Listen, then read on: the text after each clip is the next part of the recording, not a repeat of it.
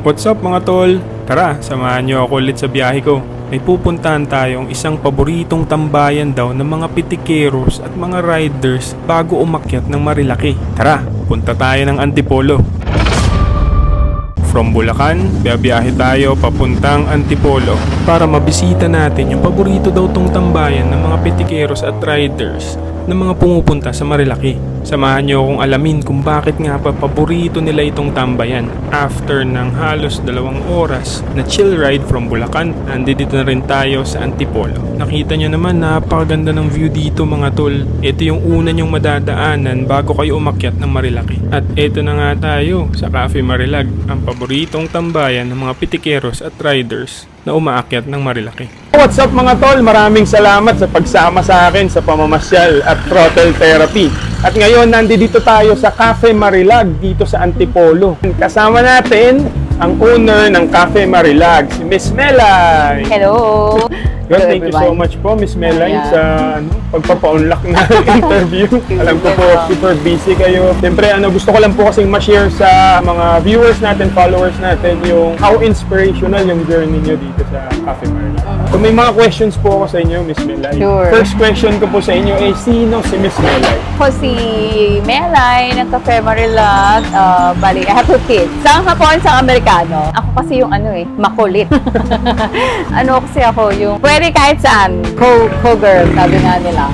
Mahilig sa kape. Mahilig sa kape. Kaya paano po nagsimula itong Cafe Marilag?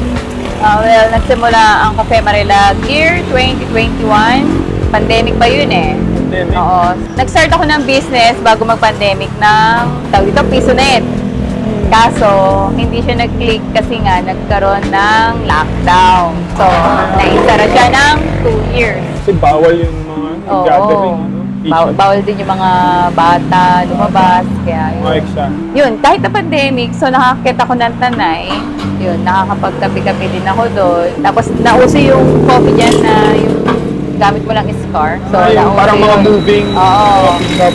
So, nauso yun. Okay po, ano po yung naging inspirasyon nyo para buuin tong Cafe Marilag? Actually, kinausap ko yung mga kapatid ko. Sabi ko, tara, business tayo. Coffee, kasi which is, mahilig din naman din sa coffee. So, mahilig din ako sa coffee. So, yun, tayo kami ng coffee shop. Tapos, eto nga, nabuo nga tong Cafe Marilag. Yun nga lang, nagkaroon ng road construction dyan. Kumbaga, natatakpan kami sa loob ng siguro 9 months o 10 months. So, hindi ito talaga nakikita before. Wala pa akong logo nun sakyan.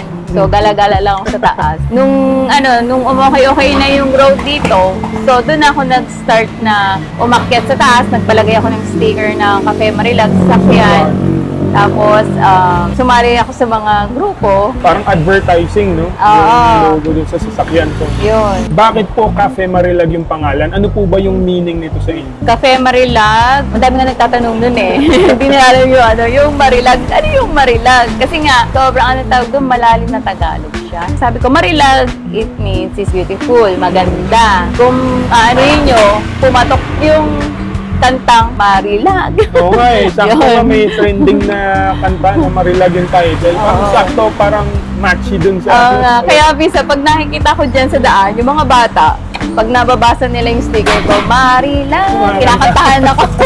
Ano po ang nagpapaka-unique dito sa Cafe Marilag? What separates you from other coffee shop? Kasi dito sa papuntang Marilaki, madaming coffee shop po eh. Oo. So ano po sa tingin niyo yung unique sa Cafe Marilag? Dito, sa Cafe Marilag kasi, ang ginawa ko rito is yung mga tropa nating riders. So, hindi ko sila tinuturing na customers. Siyempre, mga natin yan, mga friends natin yan. Tinotropa ko sila.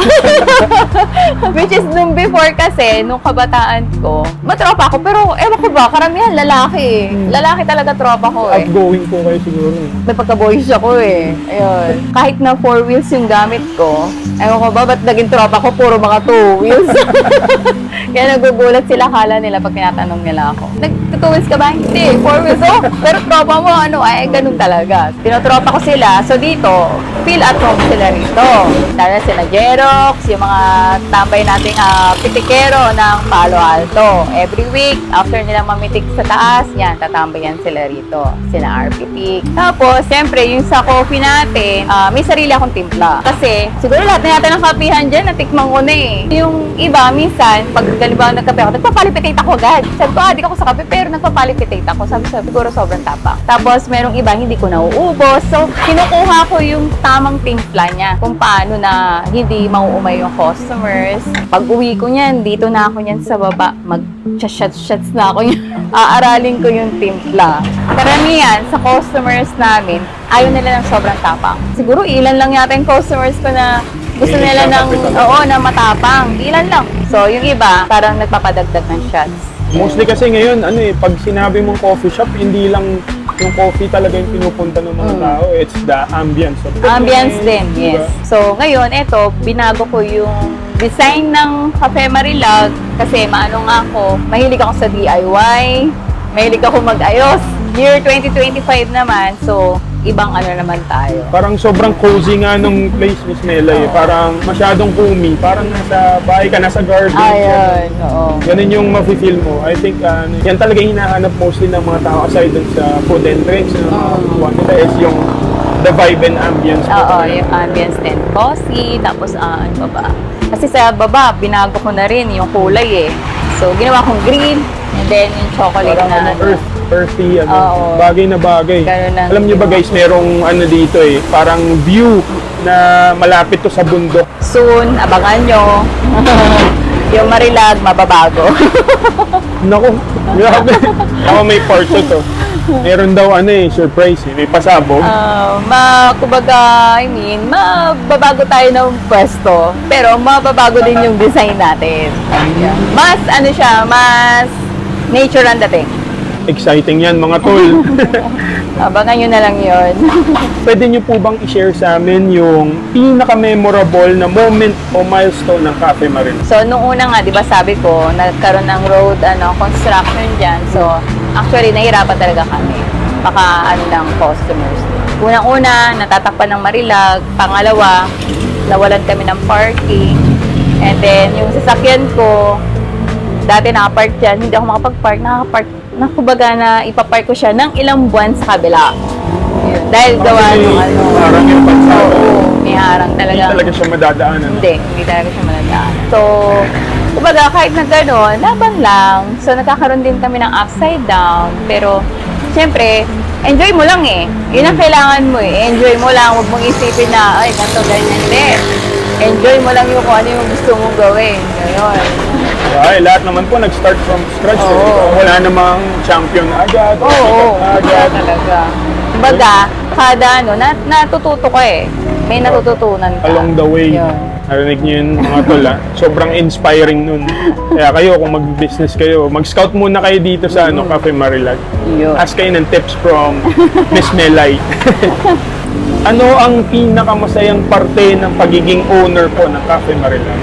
Ang pinakamasaya, actually, nung nasa Manila ako kasi, bahay lang ako, school ng anak ko, and then grocery. Pero ilan lang yung naging friends ko doon. So, nung pagpunta ko rito, nung bago mag-lockdown, tapos nagkaroon ako ng Cafe Marilag. So parang, syempre naboring ako doon sa Manila Pagdating dito, sabi ko parang may gusto akong gawin. Para akong nasa challenge.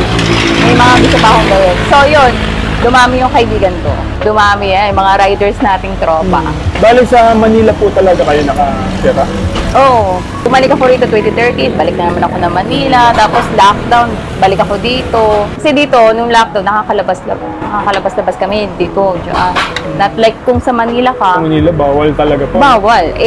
Nasa kondo kami. Yung mga anak ko kawawa. Sabi ko, tara, punta tayo ng Antipolo, at least doon nature. Masaya ako at nagkaroon ako ng maraming kaibigan. Miss Melay, meron po ba kayong gustong mensahe sa mga solid supporters or community na sumusuporta dito sa Cafe Marilag? Sa mga natin dyan, friends natin, sa mga loyal na customers, maraming salamat sa walang sawang pagtangkilik ng Cafe Marilag. Basta, anytime, nandito lang kami. Pag gusto nyo ng mga, halimbawa, message nyo lang kami kung gusto nyo magpa-birthday o magpa-event. Yan. Open ako sa ganyan, walang bayad. Basta, ano lang. Ang tawag din. Dito kayo mag-order. Dito na kayo mag-order. Sa akin, walang problema sa ganun. Kaya yung iba, natataka ko, magkano? Ha? Walang bayad, sabi ko. Yun. Sa order lang kayo. Oo, Siyempre, walang problema support. sa akin doon. Grabe, napakabuti ng puso nito ni Miss Melody. Pero I think that's the main reason kung bakit tinatangkilik yung Cafe Marilag. Ito, naririnig ko na siya matagal na, kaya gumawa ako ng way para makapasyal dito since gusto ko rin makapunta dito sa Antipolo at ma-experience ang Marilaki. Ayan, sakto nung nakita ko sa social media yung Cafe Marilaki, yan. Binisita natin. At luckily, na-meet natin si Miss Nelay, ang owner mismo ng Cafe Marilaki. Thank you. At sa mga grupo na nakakasama ko ngayon, yan, sina R&R, sila ODL. R&R Big Bikes for Yan. Rent. Support tayo sa mga yan. Sina Premium Gears, Premium TNG. Gears, oh. Yan. Shoutout Premium sa Gears. inyo. Maraming salamat mga tol. Thank you so much Ay, po, Miss thank Nelay. you. Thank you so much po. Welcome. Yan. So maraming salamat sa pagtutok niyo mga tol. I hope na-inspire kayo sa kwento ni Miss Melay at I'm looking forward na bumisita din kayo dito sa Cafe Marilag. Yeah. Okay, this is your Coach Red of Red Motography. See you on our next pasyal.